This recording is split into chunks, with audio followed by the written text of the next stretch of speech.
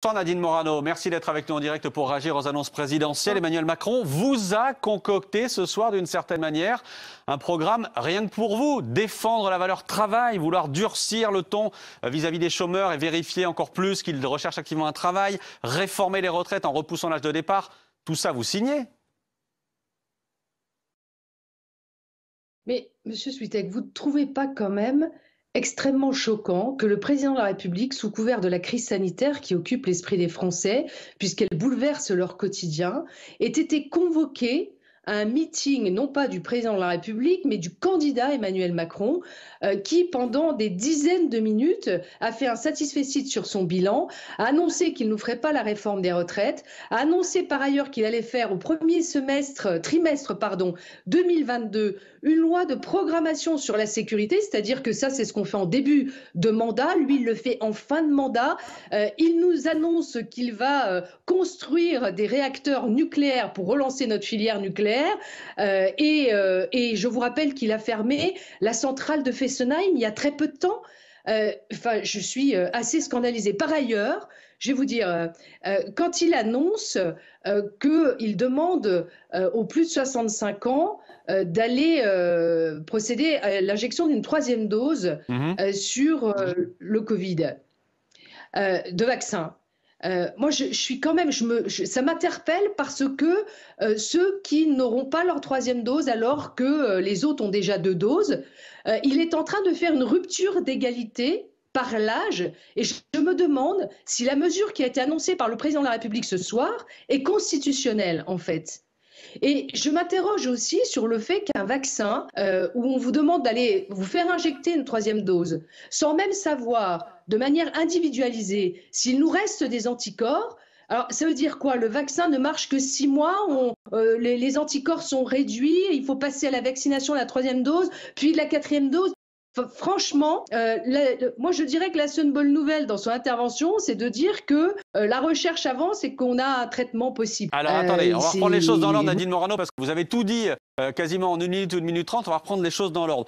Sur ce que vous appelez quasiment un meeting du président de la République ce soir ou du candidat Emmanuel Macron ce soir, 2 choses. Un, tous les présidents, d'une certaine manière, ont fait ça, de vanter leur bilan à la fin de leur quinquennat. Et 2, s'ils n'avaient rien dit ou rien annoncé pour les semaines ou les mois qui viennent, vous auriez dit, vous voyez, c'est un président fainéant et son quinquennat est déjà terminé. Non, mais Monsieur Switek, c'était sur votre plateau d'ailleurs que j'entendais tout à l'heure rappeler que sous la présidence de Nicolas Sarkozy ou d'autres présidents, lorsqu'il y avait une intervention télévisée du chef de l'État, c'était pas un monologue où on convoque les Français devant un espèce de grand meeting national télévisé, c'était une intervention devant des journalistes qui l'interrogeaient et qui lui portaient la contradiction, qui lui portaient la question sur ses actions, sur la volonté d'agir et sur les perspectives qu'il pouvait donner au pays. Là, Monsieur Macron, pendant 20 minutes, nous a asséné sur la base au départ de cette nécessité pour lui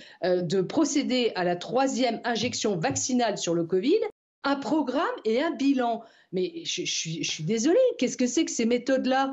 C'est incroyable. Enfin, on est au jour anniversaire de la disparition du général de Gaulle. Vous croyez que c'est une attitude gaulliste, ça? Mais est-ce que vous lui répondez franchement... tout ça ce soir, Nadine Morano, précisément parce qu'il vous coupe un peu l'herbe sous le pied et qu'il a bien compris, Emmanuel Macron, qu'il allait pouvoir, en annonçant tout ce qu'il fait ce soir, il allait pouvoir un peu vous piquer quelques électeurs? Alors, résumons. La réforme des retraites, balayée. Il ne la fera pas. Parce qu'il sait très bien que sa réforme était tellement bancale qu'elle n'apportait pas de solution nécessaire à ce qui est important pour la retraite par répartition. Donc, balayer la retraite par répartition. Il nous indique qu'il va construire Pourquoi balayer? Pardon, Nadine Nadine Morano, ce soir, Emmanuel Macron n'a pas balayé la retraite par répartition. Non, la réforme qu'il avait mis en chantier, cette réforme. Vous le savez, elle a été au Parlement, elle a été arrêtée, elle n'est pas reprise puisqu'il a dit qu'il la fera en 2022, c'est-à-dire post-mandat pour le prochain président de la République. Bon, il ne l'a fait pas au cours de ce quinquennat, alors qu'il avait annoncé cette réforme des retraites. Donc, il la balaye pour la fin de son quinquennat. Il nous dit qu'il va construire des réacteurs nucléaires. C'est très bien. Hier, ça a été, comme vous le savez, nous sommes très attachés à notre industrie nucléaire, à nos centrales nucléaires, à l'énergie nucléaire, parce que nous savons qu'elle nous garantit l'indépendance énergétique, parce que nous savons justement que c'est une énergie propre. Et qu'est-ce qu'a fait M. Macron ?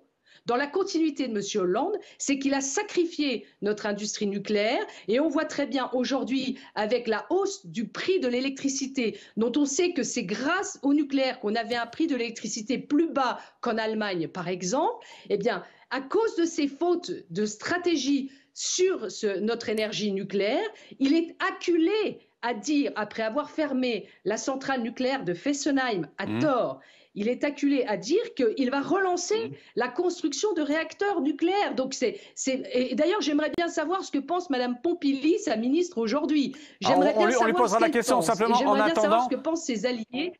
On lui posera la question, Nadine Morano. En attendant, Benjamin Duhamel a une question, une remarque pour vous. Oui, Madame Morano, bonsoir. Sur la question du travail, quand on a un chef de l'État qui, dans son allocution, exalte cette valeur travail et dit en substance qu'il faut il y ait une adéquation entre l'offre et les demandes d'emploi et qu'un chômeur ne peut pas refuser plusieurs fois une offre de travail qui lui est faite. Mais ça, c'est exactement un discours que l'on entend, et d'ailleurs on l'a entendu il y a quelques instants, chez les candidats au Congrès des Républicains. Ça, vous devriez applaudir des deux mains. Mais monsieur Duhamel, vous voulez que j'applaudisse des deux mains une réforme?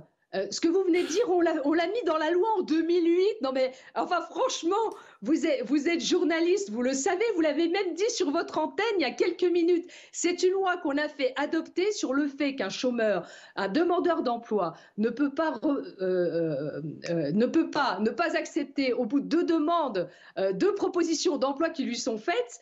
C'est une loi de 2008. Enfin, j'en bafouille tellement ça me paraît aberrant votre question. Vous l'avez dit il y a pas plus tard que 5 minutes là. D'un mot, c'est parce que le chef de l'État, vraisemblablement, et moi je ne porte pas de jugement de savoir si c'est légitime ou non, considère que cette loi n'est pas suffisamment appliquée. Elle a d'ailleurs été durcie sous son quinquennat, et il en rajoute encore en considérant qu'il faut que les agents de Pôle emploi soient beaucoup plus durs avec les demandeurs d'emploi. Donc ça, c'est pour le coup quelque chose que vous pourriez applaudir. Écoutez, je vais quand même pas le féliciter de ne pas faire appliquer correctement la loi. C'est lui qui est président de la République. Cette loi, elle existe depuis 2008. Pourquoi est-ce qu'on nous explique et que le chef de l'État nous explique que ça n'est pas suffisamment appliqué? Mais c'est de sa responsabilité. Que fait son administration? Que fait sa ministre de l'Emploi sur cette question? Cette loi, elle n'est pas nouvelle, il n'est pas en train de la faire pour améliorer le dispositif. Il nous dit cette loi, elle existe, mais elle est mal appliquée. Si elle est mal appliquée, c'est parce que le gouvernement ne fait pas son boulot. Je suis désolée, mais enfin, il n'a pas inventé la poudre ce soir-là. Il nous a fait du réchauffé, en fait. Une question encore, Nadine Morano. Je reviens, Nadine Morano, sur ce que vous disiez à propos de la 3e dose. Vous vous demandez si cette décision de lier le pass sanitaire à la 3e dose pour les 65 ans est bien constitutionnelle. Vous vous demandez également quelle justification il y a derrière cette décision. On a vu quand même un certain nombre d'exemples à l'étranger qui montrent que visiblement, c'est ce qui s'est passé notamment du côté d'Israël, qui montrent que pour les personnes les plus âgées, ça aide à combattre une diminution des défenses immunitaires d'injecter cette 3e dose. Aujourd'hui, c'est l'une des seules solutions que l'on a, ou peut-être la solution la plus efficace d'après les spécialistes, en tout cas pour ce qui est des personnes les plus âgées. Oui, mais Israël, c'est pas la France. Nous, on a une constitution. Et dans notre constitution, vous savez très bien que même sur le confinement, il avait été question à un moment dans le débat de dire que les personnes les plus fragiles, donc les personnes ayant des comorbidités et des personnes étant plus âgées, on ne pouvait pas demander à ces personnes spécifiquement d'être confinées par rapport aux autres, puisqu'on était dans une rupture d'égalité. D'ailleurs, j'observe que au journal de 20h de TF1, M. Boulot a signifié que M. Macron, dans son intervention, avait manqué de précision parce qu'il avait laissé sous-entendre que le pass sanitaire sur la vaccination, la 3e dose de vaccination, où les personnes atteintes d'obésité ou de comorbidité seraient astreints aux mêmes conditions que les personnes de plus de 65 ans. Il y a eu du rétropédalage, du cafouillage. Non, visiblement, c'est pas le cas. Tout ça n'est vraiment pas très clair. Donc, et puis je voudrais comprendre. D'un mot encore, s'il vous plaît, pour conclure. Au bout de 6 mois, au bout de 6 mois. La question se pose sur l'efficacité de ce vaccin.